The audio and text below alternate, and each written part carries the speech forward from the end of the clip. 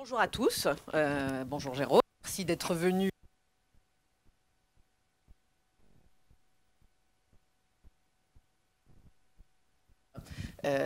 Est-il besoin de rappeler que parmi ceux-là, il y a eu le Goncourt avec le sermon sur la chute de Rome.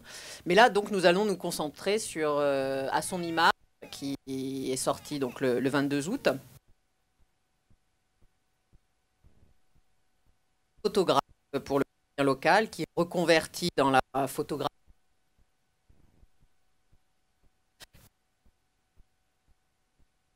Reportage de guerre à l'époque du contexte Yougoslavie. Rien puisque ça arrive à la... Et c'est le pas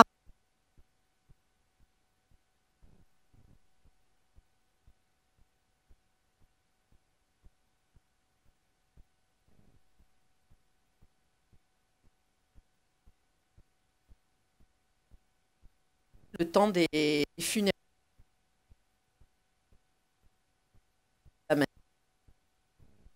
À son image et les...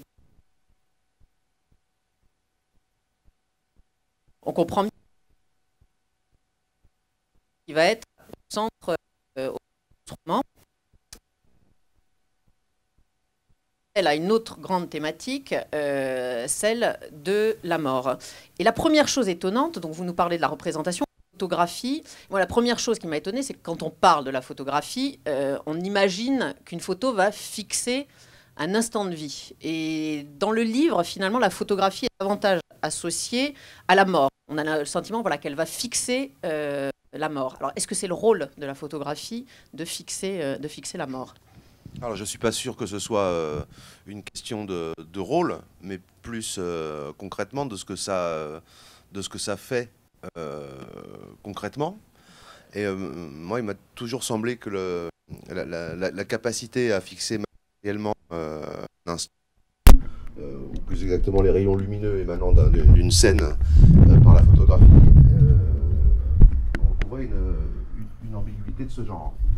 C'est-à-dire que, à la fois, la photographie atteste de la réalité d'un instant, de quelque chose, donc ça c'est plutôt du côté de la vie, et même ça l'atteste pour longtemps, quelque chose a été, c'est incontestable. Et en même temps, dès que la photo est prise, il me semble, enfin moi c'est l'effet que ça me fait, que ça renvoie la scène en question au passé. Et que à la fois l'instant est bel et bien saisi, la photographie en atteste, et en même temps, cet instant-là, il est renvoyé à sa caducité, au passé, et je pense que c'est ça la relation de la photographie à la disparition. Tout est, c'est Anne-Marie Gara qui m'a dit la dernière fois quelque chose que j'ai trouvé très juste. Elle disait que la photographie, c'était comme si on était confronté au futur antérieur. Voilà, ça aura été, c'est voilà, ouais. C'est renvoyé dans le passé. Oui, ce que vous dites, voilà, parce qu'à un moment, un des personnages, le prêtre, justement, dit que la photographie ne dit rien de l'éternité, elle se complaît dans l'éphémère, atteste de l'irréversible et renvoie tout au néant. Et du coup, vous êtes amené quelquefois, à travers vos personnages, à mettre en opposition, d'une certaine façon, la peinture et la photographie. Vous mettez en scène, ça on y reviendra, deux photographes, de reporters, de photographes de guerre, hein, du début du XXe siècle.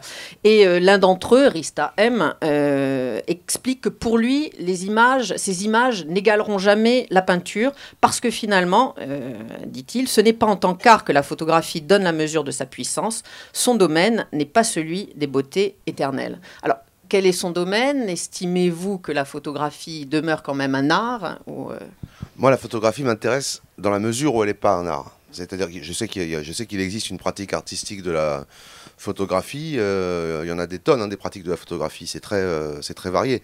Mais c'est des pratiques auxquelles moi, je suis absolument insensible. Une belle photo de paysage, ça m'intéresse pas beaucoup. Même en art contemporain. J'aime vraiment la photographie dans sa fonction la plus basique, hein, qui est de conserver le souvenir de quelque chose. Je trouve notamment que voilà, les photos de famille, même ratées, floues, ont une charge émotive bien supérieure à quelque chose de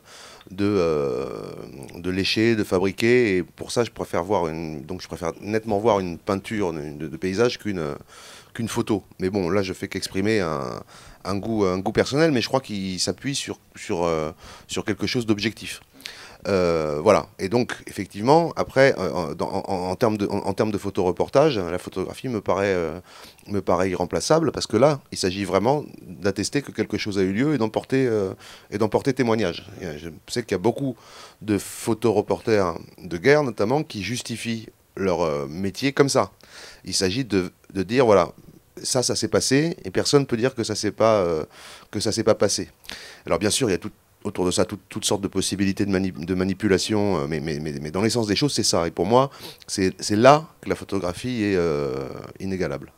Ouais, mais en même temps, c'est vrai qu'à travers donc, ce beau personnage de femme qui est Antonia, alors c'est vrai qu'il y en a eu d'autres dans vos romans. Hein, il y avait le beau personnage d'Aurélie dans Le Sermon, Magali dans Un Dieu, un animal. Mais là, voilà, elle occupe le terrain, bien qu'elle soit morte dès le départ, mais on revient sur son histoire. Et en même temps, elle pose quand même une question légitime sur le rôle de la photographie, parce qu'elle part et elle se considère d'abord comme une vestale entretenant la flamme fragile de la vérité. Puis elle va évoluer, et en partant justement en ex-Yougoslavie, après, elle va carrément dire que l'existence de la photo est injustifiable. Et elle pose une question sur la légitimité de la photographie de guerre, parce qu'elle dit la monstruosité, l'obscénité de dupliquer reste de la monstruosité et de l'horreur. Donc, à un moment donné, est-ce que on peut estimer que c'est peut-être inutile de dupliquer comme ça l'horreur? Ah, mais on peut l'estimer, moi je l'estime pas du tout. Hein. Elle l'estime, et je pense qu'elle est la porte-parole d'un point de vue sur la représentation qui me paraît tout à fait légitime.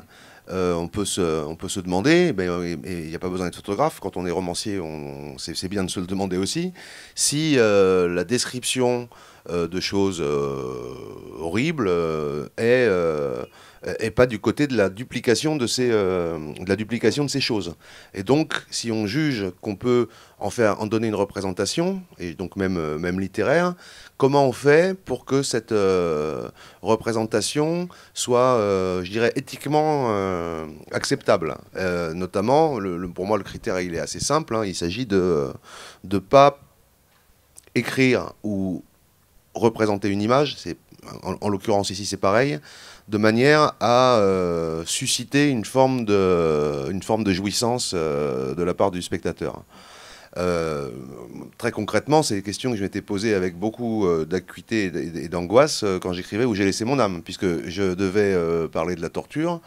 Et la question était, si je parle de la torture, il faut que je décrive des scènes de torture, et comment on décrit une scène de torture sans la livrer alors, en plus, ce qui est encore pire, sous couvert de dénonciation morale, en disant, comme fait souvent la télé, hein, regardez comme c'est atroce, on va regardez bien, puis on va vous repasser ça en ralenti, on va c'est dans un épisode des Bidochons qui a ça de manière hilarante. On va bien un accident de Formule 1, et on va bien vous voir, on repasse tout au ralenti pour que vous voyez bien la tête du pilote sauter dans le virage, si vous l'avez pas, parce qu'on ne voit pas bien à vitesse normale.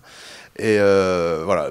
Et évidemment, là, c'est caricatural, mais il y a la limite, elle est vraiment ténue. Et c'est pas parce qu'on la repère qu'on est assuré de pas la franchir soi-même. Et je pense que il peut y avoir des désaccords profonds sur qu'est-ce que c'est qu'une représentation acceptable ou pas.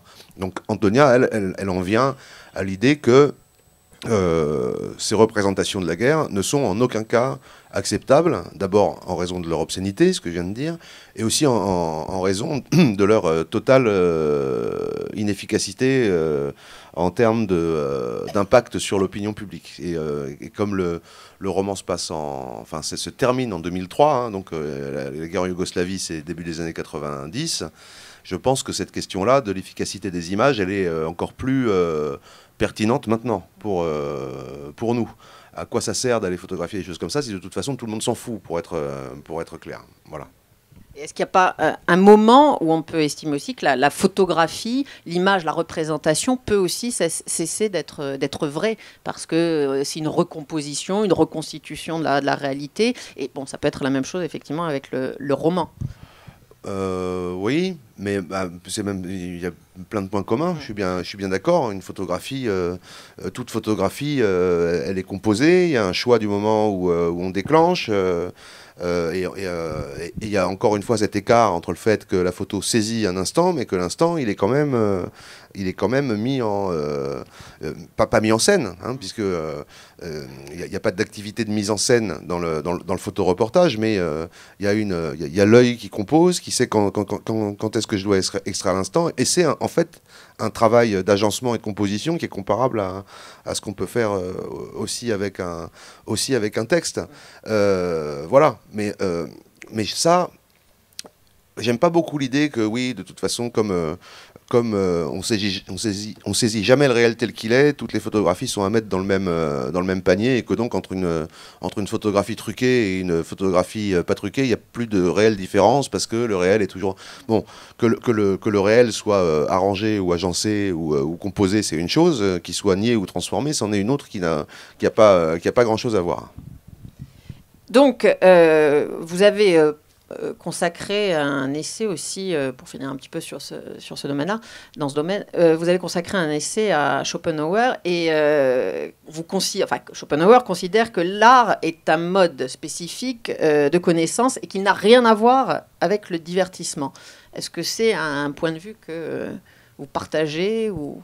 Oui, je suis moins catégorique que Schopenhauer parce qu'il était quand même il est pas simple, hein, et il est pas commode, et si on suit ses conceptions, je pense qu'on peut rentrer dans la plupart des musées d'Europe et faire un autodafé assez considérable, mais il y a bien sûr quelque chose que je partage, hein, sur l'histoire, que c'est sur cette idée qu'il y a un mode de connaissance. Je pense que le roman en est un. Là, je suis absolument d'accord avec lui. Alors, sauf que, dit-il, et je suis aussi assez d'accord avec lui, c'est un mode de connaissance qui passe pas par, contrairement à la philosophie, par l'abstraction du concept et la rationalité, mais qui est un mode de saisie immédiate, donc pour lui imparfait, hein. C'est un premier pas, mais moi je sais pas, si un roman dit rien du tout de la vérité ou de la vérité du monde, c'est pas très intéressant. Mais il peut y avoir alors c'est pas une manière de sacraliser l'art, hein.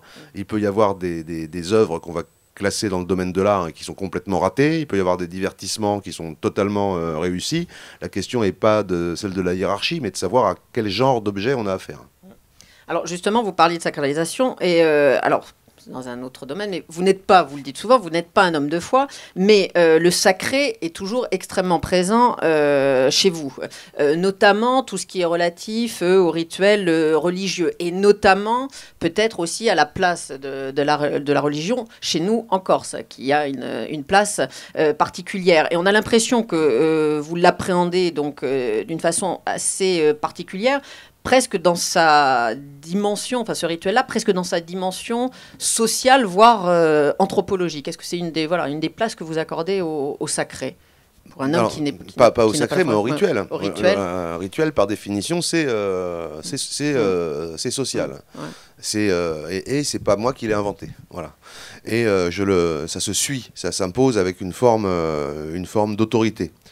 Effectivement, alors je connais pas tout l'ensemble des régions de France, mais il me semble qu'ici, il y a notamment dans le domaine de la mort, il y a le rituel a gardé une part importante qu'il a sans doute perdu ailleurs. Et s'il y a une idée que je partage avec le personnage du roman qui est prêtre, c'est que il vaut mieux subir l'autorité d'un rituel existant que d'être condamné à créer les siens propres, parce que ça marche pas bien, voilà.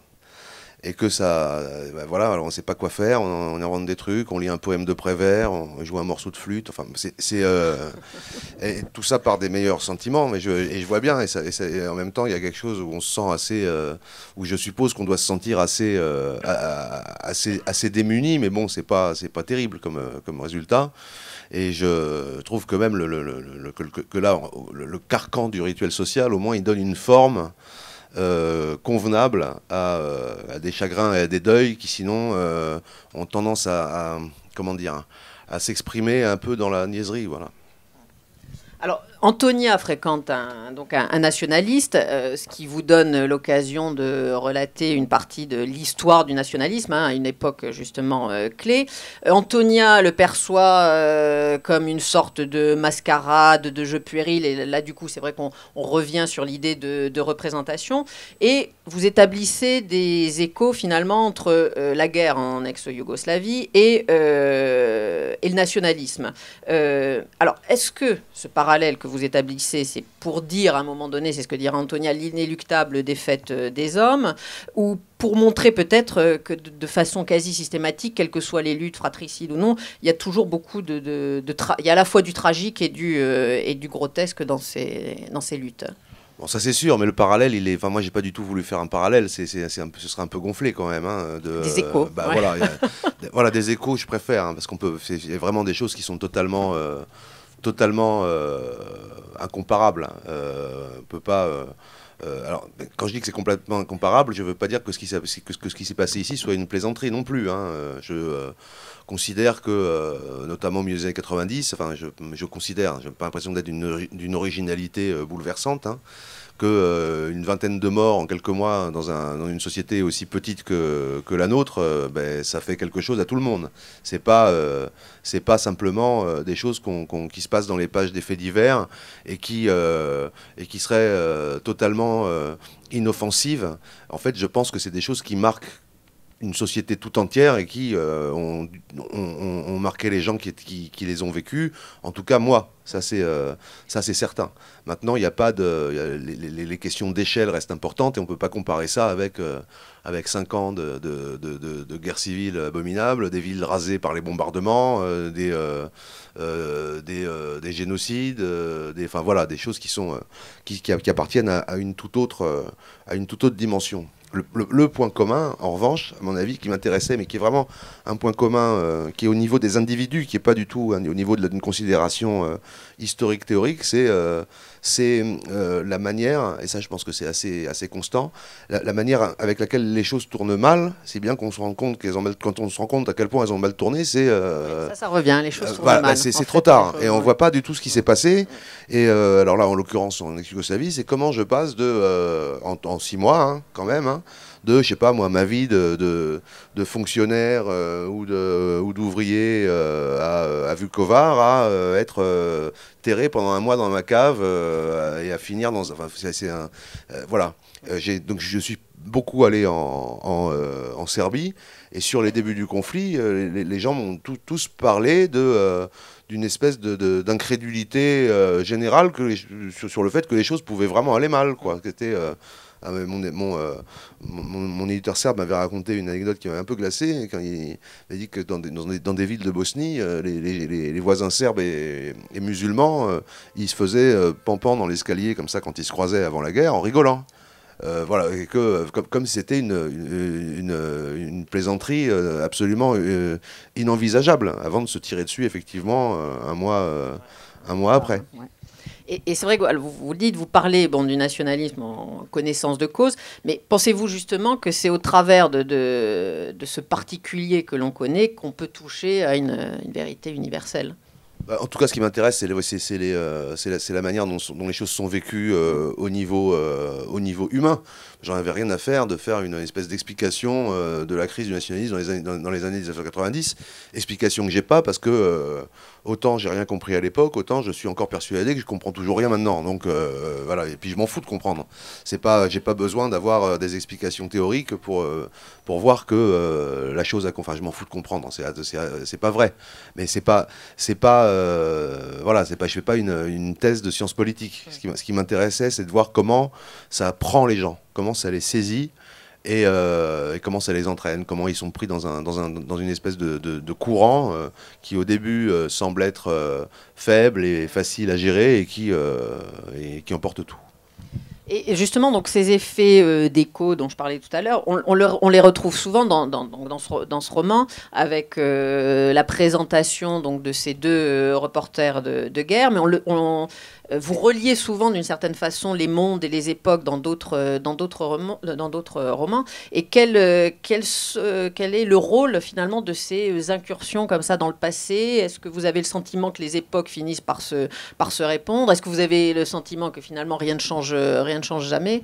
Non, mais là ce qui m'intéressait d'abord, c'est parce que je voulais que dans le roman, il y ait un élément sur l'histoire de la photographie de guerre depuis ses débuts.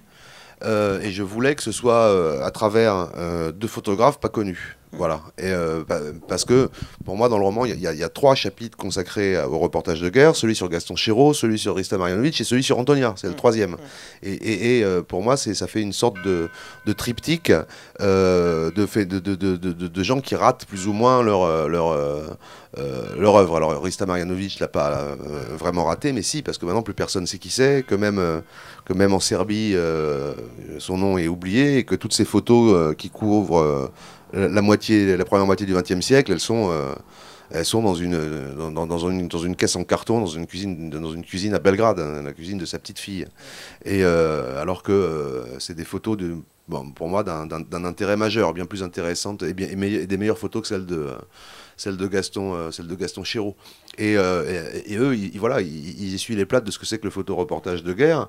Et si les choses ne changent pas ou changent, il y a une anecdote pour le dire. Gaston Chéreau, il écrit à sa femme, donc c'est un épisode qui est dans le roman.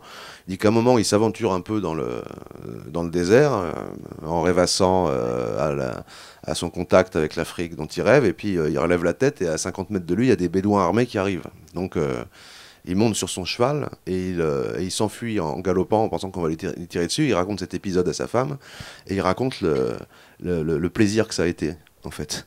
Et il dit un truc assez extraordinaire. Il fait c'est tout inoubliable, cette impression de chuter et de se relever quand même. Hein. Et donc il parle il a un gros shoot d'adrénaline, Gaston Chéreau, là, hein, et ça lui plaît bien.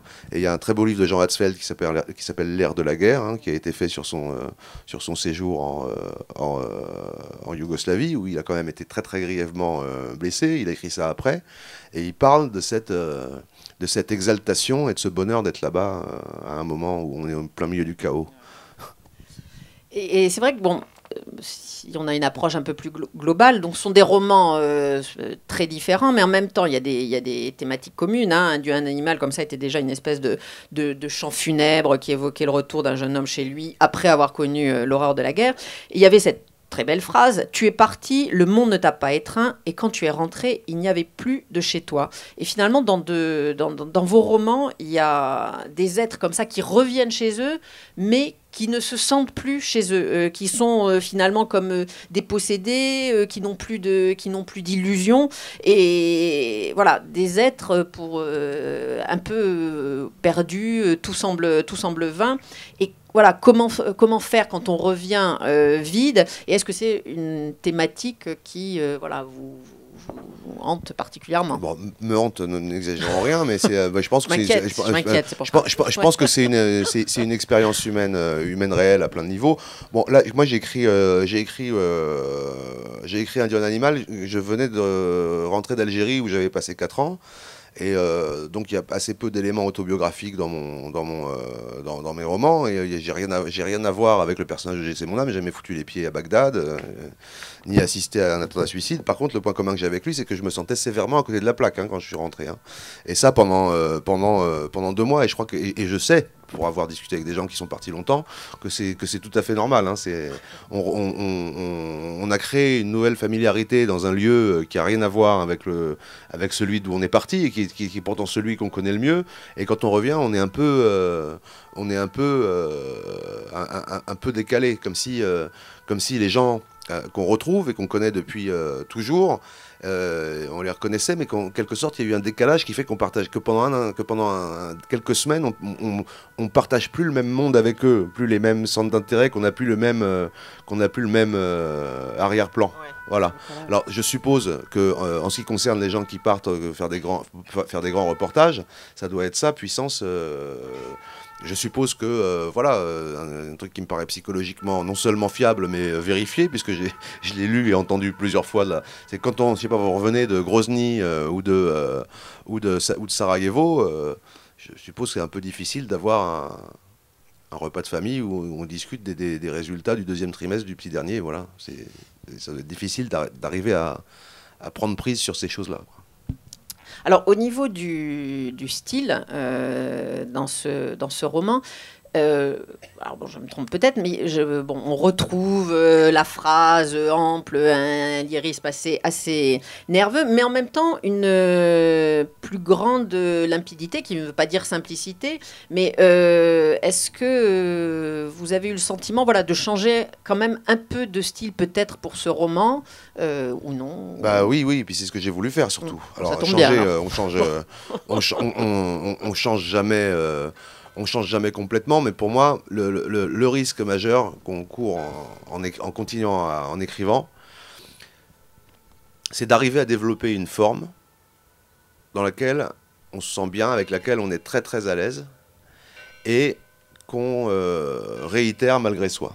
Comme si on avait intégré une espèce d'algorithme d'écriture qui est reproductible à l'infini sur des tas de sujets et qu'on voilà.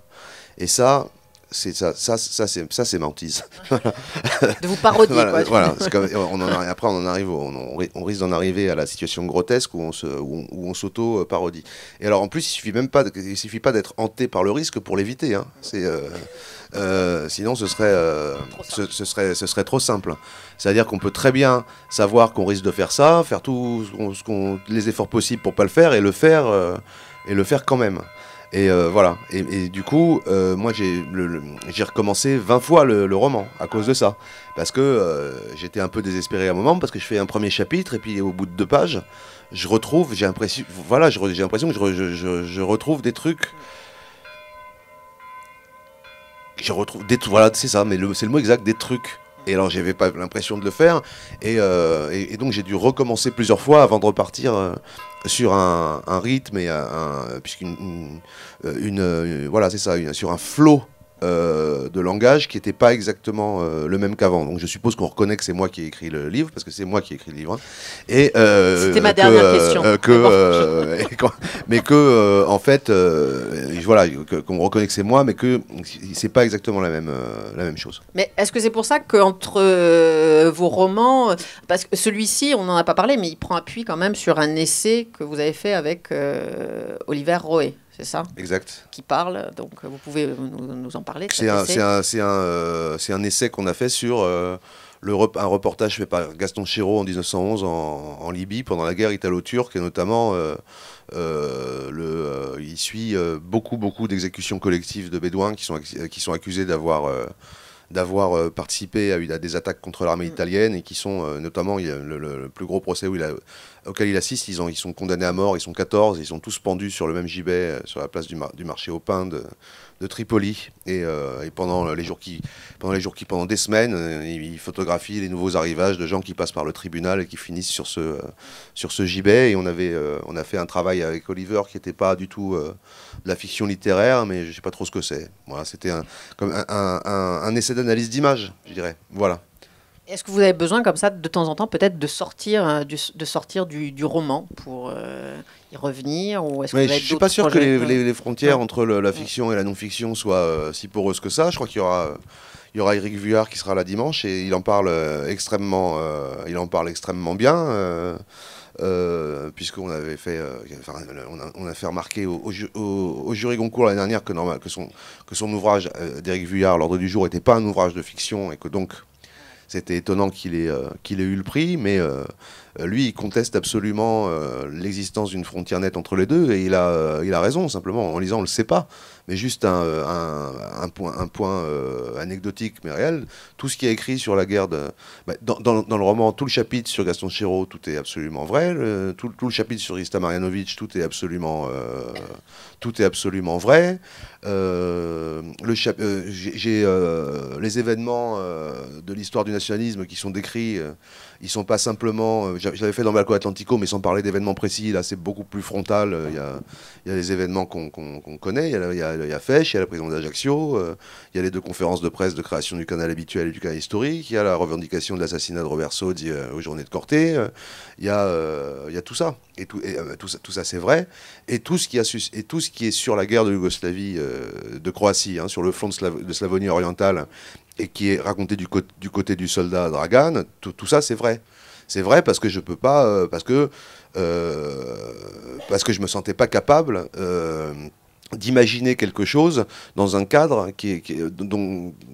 pour lequel j'ai aucune expérience et où je peux au mieux écrire des clichés et au pire des conneries. Alors que donc j'ai fait ça, c'est un truc journalistique. J'ai été voir des gens, j'aurais demandé de me raconter leur guerre, et évidemment ils m'ont raconté des choses auxquelles j'aurais jamais pensé moi-même et que j'aurais bien été incapable d'inventer. Que quelqu'un soit aussi peu au fait de ce qui se passe dans le pays qu'en traversant la Croatie, alors qu'il va prendre son poste dans une caserne, il voit des Croates avec des fusils et que parce qu'il est bourré et qu'il est avec un copain, il dit tiens, les Croates ils aiment bien la chasse. Voilà, je peux pas inventer un truc pareil. Alors, est-ce qu'il y a des questions? Parce qu'on en avait prévu de rester sur 40 ou 45 minutes pour permettre au public d'oser poser ces questions. Donc, alors, voilà. Est-ce qu'il y a un micro ou pas? Ouais.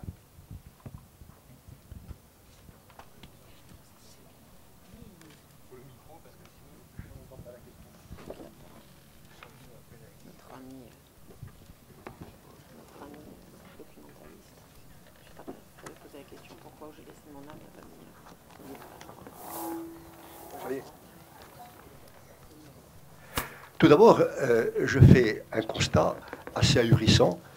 Cette absence totale de parité. Je remarque un océan de femmes, charmantes toutes d'ailleurs, et quelques hommes par-ci par-là. Elle se due donc au fait que du Goncourt, prix Goncourt ou séducteur. C'est la première question. C'est très gentil, merci. Question. On a commencé avec une rockstar, c'était prévu. Ensuite, au sujet des nationalistes et de l'ex-Yougoslavie, vos propos m'ont pas mal interpellé puisque je suis allé en Roumanie, dans l'ex-Yougoslavie, et si je ne peux pas établir de comparaison entre l'ex-Yougoslavie et la Corse, étant donné mon passé de militant, et mon passé d'humanitaire, j'ai pu établir... Ah, coupé, j'entends. Est-ce que vous continuez à m'entendre? Ok. J'ai pu... Et attendez, il y a un problème. On va...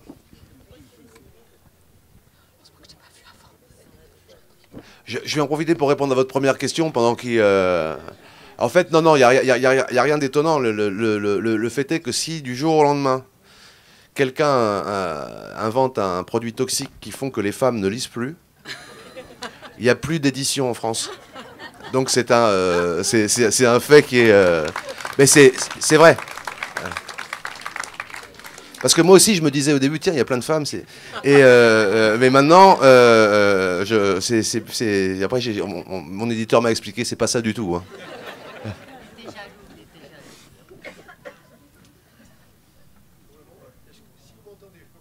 Oui, on va faire ça. Ouais.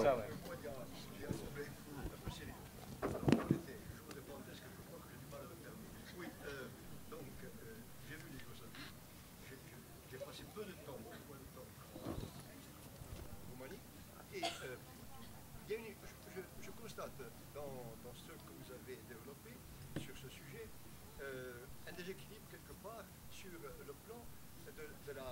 de l'universalité.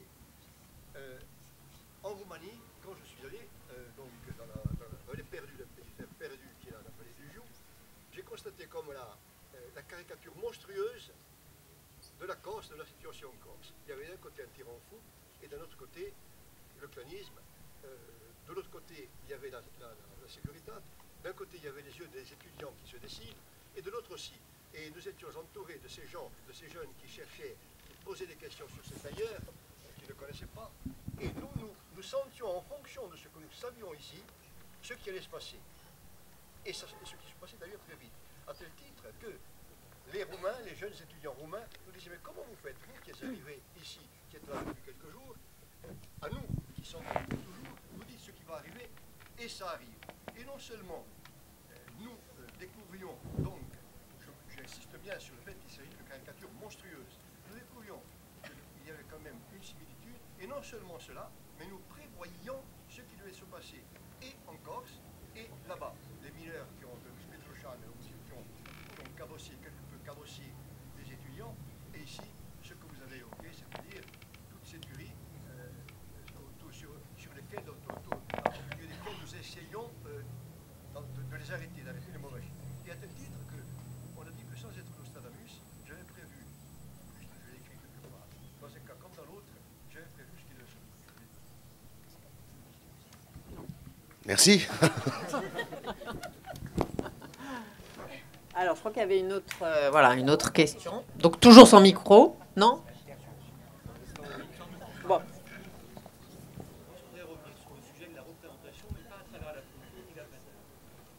Vous avez été récemment, et vous êtes beaucoup invité, donc on peut dire des sonneries de ce que vous invitez, et je peux le comprendre. Vous avez été invité, vous n'entendez pas. Bon, alors, si vous voulez, voilà, peut-être vous déplacer, venir... Ça, c'est sûr que si on fait ça, ça va inciter les gens à poser des questions. Hein. Vous avez été invité à une émission de radio, La Grande Table, et on vous a questionné sur le tourisme, et vous avez évoqué le sujet du tourisme de masse, en le dénigrant, bien sûr. Je fais partie des touristes de masse, et je me suis interrogé en disant, mais pourquoi évoque-t-il négativement le tourisme de masse, sachant que en 1936, au moment des congés payés, je pense qu'un certain patronat réactionnaire avait à peu près les mêmes propos que vous avez sur le tourisme de masse. Mais au-delà de ça, bien plus inquiétant, ce propos est tenu par une pensée qui est la pensée nationaliste. Est-ce que ce n'est pas le premier degré, et donc ce préjugé-là, est-ce que ce n'est pas la première marche que l'on monte vers quelque chose qu'on ne va plus maîtriser? Ce que vous décrivez très bien, cette maîtrise, elle n'est plus. Mais le fait que ça reste encore dans les têtes, est-ce que cette marche, il ne faut pas l'annuler? Moi, je fais partie de ce tourisme de masse. Je me promène ici, je me promène là. Et lorsque je suis dans des files d'attente, dans un aéroport ou sur un bateau, je suis heureux de voir des Vietnamiens, des Chinois, des Portugais, de bavarder avec eux. Le tourisme de masse est peut-être un nouveau 1936. Excusez-moi. Merci. Non, mais je vous excuse. Mais vous m'avez lancé sur un sujet qui me plaît. Donc, quand je disais tourisme de masse, ça voulait dire... Ça veut dire qu'il y a beaucoup de monde. Ça voulait pas dire le tourisme de la populace. Hein. C'était pas ça. Hein. Je peux parler. Moi, vous remplacez 1 million d'ouvriers par 1 million de milliardaires. C'est pas du tout le propos. Il y avait certainement aucun mépris social là-dedans. Et surtout, mon propos est pas du tout appuyé sur des considérations qui ont à voir quoi que ce soit avec le nationalisme. Mais rien. Voilà. C'est juste que je trouve que c'est ce que j'ai dit sur France Culture, je trouve que c'est un mode de développement économique qui est abominable. Je pense que c'est une abomination. Qu'il n'y a pas, pour plein de niveaux, mais je l'ai dit, je pense que si on est le désert de Gobi en hiver, par exemple, c'est à cause de ça, en grande partie. C'est qu'il n'y ait personne dans mon village et que quelqu'un qui veuille s'installer dans mon village, et il peut être vietnamien ou polonais, il est le bienvenu, il n'y a pas de problème. Hein. J'ai pas l'intention de faire une prise de sang et une analyse génétique aux gens. Mais les gens qui voudraient venir s'installer dans mon village en hiver, ils peuvent pas. Ils peuvent pas parce qu'il y a que des maisons vides, mais il n'y en a aucune à louer. Bon. Si on est nommé jeune prof à Porto Vecchio, vous allez voir ce que c'est que le tourisme de masse. Je sais, c'était mon cas. D'abord, pour payer votre loyer, et c'est des coûts à vous rendre dingue. Vous passez 3 mois dans le bordel total et du jour au lendemain, il n'y a plus personne. Psychologiquement, c'est très très éprouvant. Et bon, voilà, je trouve que c'est juste pas un moyen de développement. Et si vous réussissez à discuter, s'il y a bien un mode de développement qui empêche aux gens de se parler, c'est bien celui-là. C'est pas quand ça transforme les gens qui viennent en clients et les gens qui accueillent en commerçants, tous. Je trouve pas que ce soit le summum idéal du rapport de la relation humaine. Voilà. Et quand je suis allé à Dubrovnik, je suppose qu'habiter à Dubrovnik maintenant en été, parce que on en discutait tout à l'heure, comment vous dire ça, à côté de Dubrovnik en été, Bonifacio, c'est le Puy-de-Dôme. Je pensais pas qu'autant de gens pouvaient se mettre au même endroit en même temps. Et bon, je dis pas, je vais pas commencer un mouvement politique anti-touriste. Hein.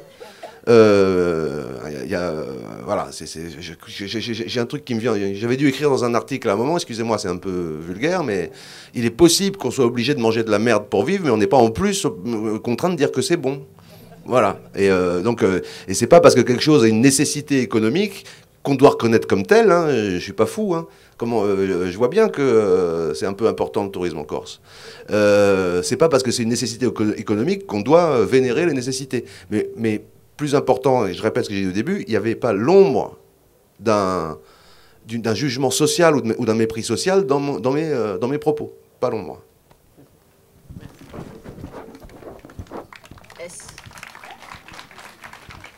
Est-ce qu'il y a d'autres questions ? À un moment donné, quelqu'un a levé le doigt, mais je crois que le fait de voir venir, ça calme net. Hein. Plus personne ne veut poser de questions. Vous pouvez faire passer des papiers ? Oui. Vous me dites à l'oreille, je transmets. Bon, je ne sais pas. Il y avait quelqu'un d'autre, mais je ne sais plus, qui avait... Ah oui, tu parles, les gens ils veulent pas venir non, là. Hein. Bon, on peut peut-être essayer encore une question à haute voix, bon. Si vous avez... Il y a un chanteur d'opéra, j'en vois un, mais... Bon, je crois de toute façon que vous allez dédicacer quelques ouvrages, donc vous aurez éventuellement la possibilité de poser vos questions sans le retenir jusqu'à 23h, évidemment. Donc, merci à tous. Merci beaucoup, Jérôme Ferrat. Je vais fumer une cigarette avant de signer. Ouais. Et même boire, vous avez le droit. Et comme on m'a dit que Pietre a été le sponsor de la... Il faut que je fasse honneur au sponsor aussi. C'est un devoir. Hein.